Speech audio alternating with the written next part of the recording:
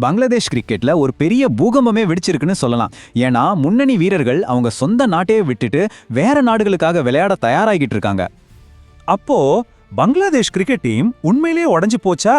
இந்த கேள்விதான் இப்ப எல்லா கிரிக்கெட் ரசிகர்கள் மனசுலயும் இருக்கு. எப்படிங்க நிலைமை இந்த அளவுக்கு மோசமாச்சு? வாங்க இந்த பிரச்சனையோட ஆணிவேர் வரைக்கும் போய் என்ன நடந்துச்சுன்னு பார்க்கலாம். இந்த பிரச்சனை எப்படி ஆரம்பிச்சதுன்னு பார்க்கறதுக்கு முன்னாடி இதோட விளைவு எவ்வளவு பயங்கரமா இருக்குன்னு பாருங்க. பங்களாதேஷோட ஸ்டார் பிளேயர்ஸே அவங்க கிரிக்கெட் கரியரை காப்பாத்திக்கிறதுக்காக வேற நாடுகளுக்கு போய் விளையாட வேண்டிய கட்டாயத்துக்கு தள்ளப்பட்டிருக்காங்க. சரி, இந்த பூகம்பத்தோட மையம் எங்க இருக்கு? எல்லாம் ஆரம்பிச்சதோ 2026 T20 உலகக்கோப்பை பத்தின ஒரு சர்ச்சையிலிருந்து தான். எல்லாத்துக்கும் முதல் புள்ளி பங்களாதேஷ் கிரிக்கெட் போர்டு திடீர்னு கொடுத்த ஒரு அறிவிப்பு தான். அந்த ஒரு அறிவிப்பு பிளேயர்ஸுக்கும் போர்டுக்கும் நடுவுல சரி செய்யவே முடியாத அளவுக்கு ஒரு பெரிய விரிசலை உண்டாக்கிடுச்சு. போர்டோட இந்த முடிவை கேட்டுட்டு தமீம் இக்பால், நஜ்முல் ஹுசைன் சாண்டோ மாதிரி சீனியர் பிளேயர்ஸ் சும்மா இல்லை. அவங்க சொன்ன விஷயம் ரொம்ப சிம்பிள், ஆனால் ரொம்ப பவர்ஃபுல். ஒரு வேர்ல்டு கப்பில் விளையாடுறது ஒவ்வொரு பிளேயரோட வாழ்நாள் கனவு. அதை எப்படி ஒரு நிர்வாக முடிவால் நீங்கள் நசுக்க முடியும் அப்படின்னு நேராக கேள்வியை கேட்டாங்க. அது வரைக்கும் ஒரு ப்ரொஃபஷனல் டிஸ்அக்ரிமெண்டா இருந்த விஷயம் எப்போ பர்சனல் அட்டாக்கா மாறுச்சோ அப்போதான் நிலைமை கைமீறி போச்சு. அந்த நிதிக்குழு தலைவர் நஸ்முல் இஸ்லாம் சொன்ன வார்த்தைகள் தான் எரிஞ்சிட்டு இருந்த நெருப்புல பெட்ரோலை ஊத்துன மாதிரி ஆயிடுச்சு. இது வெறும் அவமானம் இல்லைங்க, இது ஒரு போர் பிரகடனம். பிளேயர்ஸ் எல்லாரையும் ஒன்று சேர்த்து போர்டுக்கு எதிராக ஒரு பெரிய கிளர்ச்சியை இதுதான் தூண்டி விட்டுச்சு. பாருங்க சம்பவங்கள் எவ்வளோ வேகமா நடந்திருக்குன்னு.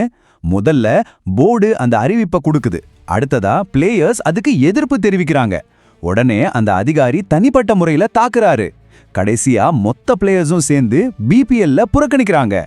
ஒரு சின்ன கருத்து வேறுபாடு வெறும் கொஞ்ச நாள்லயே ஒரு பெரிய புரட்சியா மாறிடுச்சு. பிளேயர்ஸ் போராட்டம் பண்ண ஆரம்பிச்சதும் ஒரு தீர்வு கிடைச்ச மாதிரி ஒரு சூழல் உருவாச்சு. ஆனா அது ஒரு பெரிய துரோகத்துக்கான ஆரம்பம்னு அப்ப யாருக்குமே தெரியல. நிலைமையை எப்படியாவது சமாளிக்கணும்னு போர்டு ஒரு படி கீழே இறங்கி வந்துச்சு. சரி, உங்க கோரிக்கையை ஏத்துக்கிறோம், அந்த சர்ச்சைக்குரிய அதிகாரி நஸ்முல் இஸ்லாமா பதவியிலிருந்து தூக்கிடுறோம்னு சொன்னாங்க. எல்லோருமே அப்பாடா பிரச்சனை முடிஞ்சதுன்னு நிம்மதி பெருமூச்சு விட்டாங்க. ஆனா அந்த சமாதானம் வெறும் கந்துடைப்பு. வீரர்களுக்கு கொடுத்த வாக்குறுதியை போர்டு காத்துல பறக்க விட்டுருச்சு. யாருக்கும் தெரியாம அதே நஸ்முல் இஸ்லாம திரும்பவும் அதே நிதிக்குழு தலைவர் பதவியில உட்கார வச்சாங்க. இது பிளேயர்ஸோட நம்பிக்கையை மொத்தமா உடைச்ச ஒரு மிகப்பெரிய துரோகம். இந்த பெரிய துரோகத்துக்கு அப்புறம் வீரர்களோட எதிர்காலம் என்ன ஆச்சு? போர்டோட பதிலடி ரொம்ப கடுமையா இருந்துச்சு. முதல்ல வீரர்களோட சம்பளத்தை நிறுத்தினாங்க. அப்புறம் சர்வதேச போட்டிகளில் இருந்தே உங்களை பேன் பண்ணிடுவோன்னு மிரட்டினாங்க. திடீர்னு பார்த்தா வீரர்களோட மொத்த கிரிக்கெட் வாழ்க்கையுமே ஒரு பெரிய கேள்விக்குறியா மாறிடுச்சு.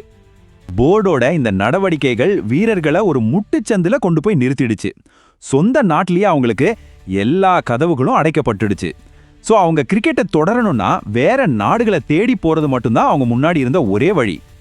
இது வெறும் வதந்தி இல்ல, உண்மையிலேயே அமெரிக்கா, கனடா, நெதர்லாந்து மாதிரி நாடுகள் அவங்க கிரிக்கெட்டை வளர்க்கறதுக்காக திறமையான பிளேயர்ஸை தேடிட்டு இருக்காங்க. ஸோ பங்களாதேஷ் வீரர்களுக்கு இது ஒரு புது தொடக்கமா கூட இருக்கலாம். இங்க பாருங்க, ஒரு ப்ரொஃபஷனல் கருத்து வேறுபாடு எப்படி ஒரு தனிப்பட்ட ஈகோவா மாறி ஒரு நாட்டோட கிரிக்கெட் எதிர்காலத்தையே கேள்விக்குள்ளாக்கி இருக்கு.